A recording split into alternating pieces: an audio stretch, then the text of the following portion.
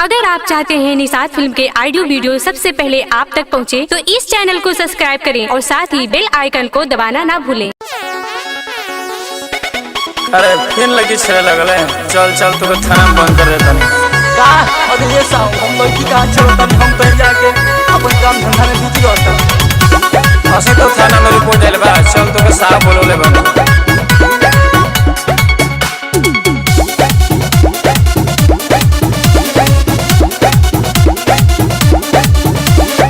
सुनिए साहब प्यार कइने चुपे चोरे हमरा से कहला शादी करबो ए गोरे। अरे दरोगा जी सुनी ना। सुनिए साहब प्यार कइने चुपे चोरे हमरा से कहला शादी करबो ए गोरे। अब कहता है दोस्त हमारा नहीं है, हमारा नहीं है। अरे ना ये साहब भी फसावल चाहती है हमरा के।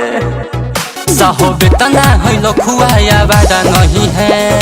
अच्छा हम सब जानता नहीं बुझला। कोनो लड़की के संगे मजा मारा नहीं है, कोनो छौरी के संगे मजा मारा नहीं है।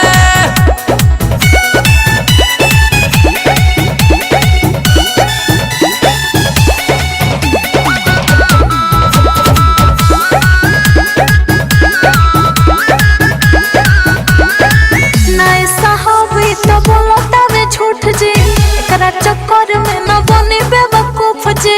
सुनिए साहबी तो कोइले बिया साजी का? कोई चाहत बिया हमार बराबरी। अरे ई का कहता रहो। नहीं साहब ई तो बोलता वे झूठ जी, एकरा चक्कर में न बने बेवकूफ जी। सुनिए साहबी तो कोइले बिया साजी अच्छा। कोई चाहत बिया हमार बराबरी। ढेर बोलबो। एक कसम से कुछ हो बिगाड़ा नहीं है, बिगाड़ा नहीं है। अरे हमके झूठों के फसावती है साहब, हमार कसूर नहीं के। साहब तना है लखुआया वादा नहीं है। अरे साहब हम देखने में आवारा थोड़ी ना लगते हैं। कोनो छौरी के संगे मजा मारा नहीं है, कोनो छौरी के संगे मजा मारा नहीं है।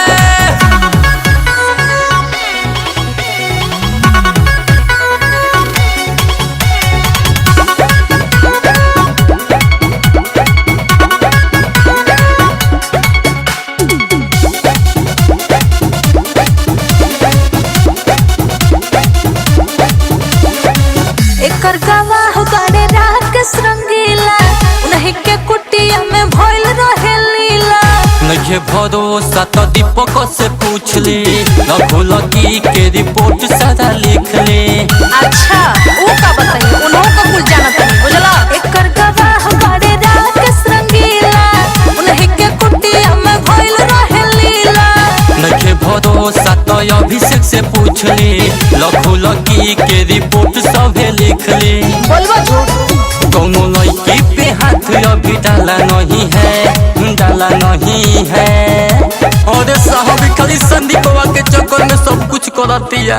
साहब तना अभिषेक कवाया वादा नहीं है। अरे हम जानत नहीं। कोनो छौरी के संगे मजा मारा नहीं है, कोनो छौरी के संगे मजा